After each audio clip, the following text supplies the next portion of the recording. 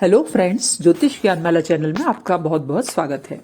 आज के वीडियो में हम बात करेंगे कि किस तरह किसी भी व्यक्ति की कुंडली से हम जान सकते हैं कि उसके लिए नौकरी के योग प्रबल हैं या फिर बिजनेस के। तो आप लोग वीडियो को फ्रेंड्स अंत तक जरूर देखें और लाइक, शेयर और कमेंट करना बिल्कुल ना भूलें। चलिए शुरू करते हैं आज का वीडियो। देखिए, ये जो कुंडली का 10th हाउस होता है इसे हम कर्म क्षेत्र यानी कि प्रोफेशन का हाउस कहते हैं। इसके अलावा ये जो आपको 6th हाउस दिखाई दे रहा है इसे हम जॉब यानी कि नौकरी के लिए देखते हैं। और नौकरी का मतलब यहाँ पर है कि जब हम किसी के अंडर में काम करते हैं तो उसे हम नौकरी या जॉब के हिसाब से मानते हैं।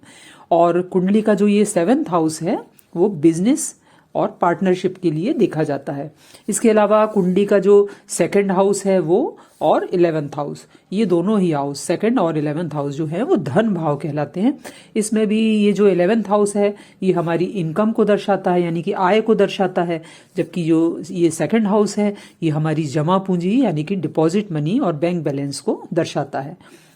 तो इस तरह हमने देखा कि 10th house, 6th house, 7th house और इसके अलावा ये 2nd और 11th हाउस, ये सभी हाउस जो हैं वो हमारे कैरियर के लिए इम्पॉर्टेंट रोल प्ले करते हैं।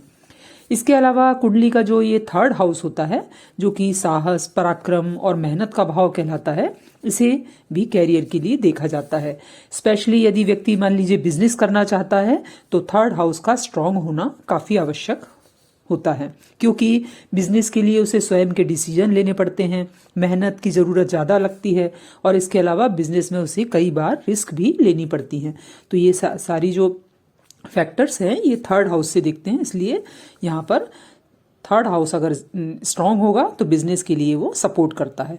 तो इस तरह हमने ये देखा कि ये जो सभी भाव हैं ये कैरियर के लिए काफ़ी इम्पॉर्टेंट हो जाते हैं। अब यह देखने के लिए कि व्यक्ति का कैरियर बिजनेस में अच्छा रहेगा या फिर जॉब में अच्छा रहेगा, तो इसके लिए हम देखते हैं कि यदि ये जो 6th हाउस है जिसको हम नौकरी का भाव कहते हैं, तो ये जो 6th हाउस है इसका संबंध यदि 10th हाउस से, जो कि प्रोफेशन का हाउस यानी कि कार्य क्षेत्र का हाउस कहलाता है, तो इससे हो जाए, या फिर 2nd और 11th हाउस से हो जाए, ये दोनों जो है धन भाव कहलाते हैं, तो इनसे हो जाए तो व्यक्ति जो है वो जॉब या नौकरी करता है। जैसे कि यहाँ पर हम देख रहे हैं कि 6th हाउस के लॉर्ड हुए बुध देव, क्योंकि यहाँ पर हम देखते हैं कि यहाँ पर 6 नंबर लिखा हुआ है और 6 नंबर का मतलब होता है कन्या राशि और कन्या राशि के स्वामी होते हैं बुध देव। तो इस तरह बुध यहाँ पर 6th हाउस के स्वामी बने। अब यदि मान लीजिए बुध देव यहाँ पर ये 10th हाउस में आकर यहाँ पर बैठ जाएं, जो कि कर्म क्षेत्र कहलाता है, 10th हाउस है ना, तो यहाँ पर स्थित हो जाने से, और इसके अलावा यहाँ पर मान लीजिए ये जो 2nd हाउस है, 2nd हाउस के स्वामी यहाँ पर कौन बन रहे हैं? शुक्रदेव। क्यों? क्योंकि यहाँ पर हम देख रहे हैं कि 2 नंबर लिखा है और 2 नंबर का मतलब है वृषभ राशि, और वृषभ राशि के स्वामी जो हैं वो होते हैं शुक्र। तो इस तरह यहाँ 2nd हाउस के स्वामी बने शुक्रदेव। अब मान लीजिए यहाँ पर ये जो 6th हाउस है इसमें आकर शुक्र बैठ जाए, या फिर 11th हाउस जो है ये दिखाई दे रहा है आपको, 11th हाउस जो है ये इनकम का भाव कहलाता है और इसके स्वामी यहाँ पर बन रहे हैं कुंभ राशि, यहाँ पर लिखी है 11 नंबर होने के कारण, तो यहाँ पर इसके स्वामी जो बन रहे हैं शनिदेव। अब मान लीजिए यदि शनिदेव यहाँ पर आके मान लीजिए यहाँ 6th हाउस में बैठ जाए, मतलब नौकरी वाले हाउस में बैठ जाए, है ना, जॉब वाले हाउस में, तो इस तरह हम देखते हैं कि यहाँ पर 6th हाउस, 10th हाउस और साथ ही साथ 2nd और 11th हाउस जो कि धन भाव भी कहलाते हैं, इनका आपस में संबंध स्थापित होने से व्यक्ति के जॉब यानी कि नौकरी के काफ़ी अच्छे योग बनेंगे और व्यक्ति को इन ग्रहों की दशाओं में नौकरी से काफ़ी लाभ के अच्छे संकेत रहेंगे। अब इसमें भी यदि इन धन भावों जैसे कि दूसरे और ये 11th भाव जो हैं, इन धन भावों पर यदि मान लीजिए शुभ ग्रहों की दृष्टि हो, जैसे कि गुरु, चंद्रमा आदि का प्रभाव इन भावों पर हो, तो व्यक्ति के जॉब से अच्छी इनकम के संकेत रहते हैं। वहीं यदि इन भावों पर मान लीजिए क्रूर ग्रहों जैसे कि शनि, राहु, केतु आदि का प्रभाव हो जाए, है ना, तो व्यक्ति की इनकम में इसके कारण कमी रहती है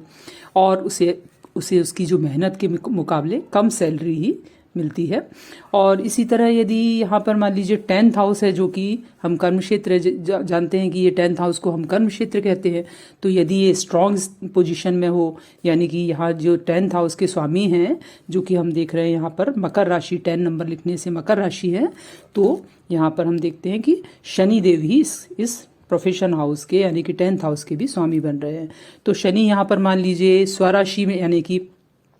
यहीं पर यहाँ मकर राशि में ही बैठ जाएं या फिर कुंभ राशि में बैठ जाएं, इस हाउस में बैठ जाएं, है ना, तो इन स्थानों पर बैठेंगे तो वो स्ट्रांग हो जाएंगे। या फिर वो मान लीजिए अपनी उच्च राशि यहाँ पर तुला में बैठ जाएं, है ना, तब भी वह स्ट्रांग कहलाएंगे और व्यक्ति का प्रोफेशन इसके कारण काफ़ी अच्छा रहेगा और उसे जॉब से अच्छी इनकम के अलावा सेटिस्फेक्शन भी मिलेगा और काफ़ी हाई पोजीशन पे भी ऐसे समय में व्यक्ति इन स्थितियों के कारण पहुंच सकता है। तो इस तरह हमें जॉब के लिए इन सभी भावों को बारीकी से स्टडी करना चाहिए और साथ ही साथ इन ग्रहों की स्थिति नवमांश कुंडली में क्या बन रही है ना, ये संबंधित जो ग्रह हैं इनकी स्थिति नवमांश कुंडली में है। इसके अलावा जो दशमांश कुंडली है उसमें भी हमें इसमें इन सब ग्रहों की स्थिति को देखना चाहिए, तभी हम सही प्रेडिक्शन कर सकते हैं। अब इसके अलावा फ्रेंड्स, यदि कुंडली में बिजनेस के योग हमें यानी कि स्वयं के व्यापार के योग देखना है तो इसके लिए हमें कुंडली के 7th हाउस, ये वाला हाउस जो है जिसको हम बिजनेस और पार्टनरशिप के लिए देखते हैं, इसको देखना पड़ेगा। यदि इस हाउस का संबंध मान लीजिए 10th हाउस से बन जाए, है ना, कार्यक्षेत्र वाले हाउस से बन जाए, या फिर 2nd और 11th हाउस से, जो कि धन भाव कहलाते हैं, इनसे बन जाएगा यदि 7th हाउस का संबंध, तो व्यक्ति के बिजनेस यानी कि स्वयं के व्यापार के योग अधिक बनेंगे। अब जैसे कि यहाँ पर मान लीजिए ये देख रहे हैं हम कि 7th हाउस के लॉर्ड बन रहे हैं शुक्र देव, क्योंकि यहाँ पर लिखी हुई है तुला राशि, 7 नंबर का मतलब होता है तुला राशि और तुला राशि के स्वामी होते हैं शुक्र। तो यदि मान लीजिए यहाँ पर शुक्र जो है वो यहाँ पर स्थित हो जाए, 2nd हाउस में स्थित हो जाए, है ना, जो कि धन भाव है, और या फिर यहाँ पर ये 11th हाउस के स्वामी जो हैं कुंभ राशि होने के कारण शनि बन रहे हैं। अब मान लीजिए ये जो 7th हाउस में आके शनि देव बैठ जाएं, तो इस तरह यहाँ 7th हाउस का संबंध 2nd हाउस से और 11th हाउस से बनने के कारण और 10th हाउस से भी बन जाएगा, क्योंकि 10th हाउस जो है यहाँ पर मकर राशि लिखी हुई है और मकर राशि के स्वामी भी शनि देव ही बनते हैं। तो इस तरह से इन सभी का आपस में संबंध होने से व्यक्ति के बिजनेस यानी कि व्यापार के लिए अच्छे योग बनेंगे और व्यक्ति को इन ग्रहों की दशाओं में व्यापार से काफ़ी अच्छे लाभ के योग बनेंगे। बिजनेस के लिए फ्रेंड्स हमें इन भावों के अलावा कुंडली के 3rd हाउस को भी देखना चाहिए, क्योंकि 3rd हाउस जो है वो मेहनत, साहस और पराक्रम को दर्शाता है और किसी भी बिजनेस के लिए हमें, व्यापार के लिए हमें व्यक्ति की मेहनत जो है वो एक्स्ट्रा एफर्ट उसको लगाने पड़ते हैं और अच्छे डिसीजन लेने पड़ते हैं, काफ़ी रिस्क भी कई बार उसको लेनी पड़ती है। तो अगर 3rd हाउस भी अच्छा मजबूत होगा तो बिजनेस में काफ़ी व्यक्ति को सफलताएं मिलती है।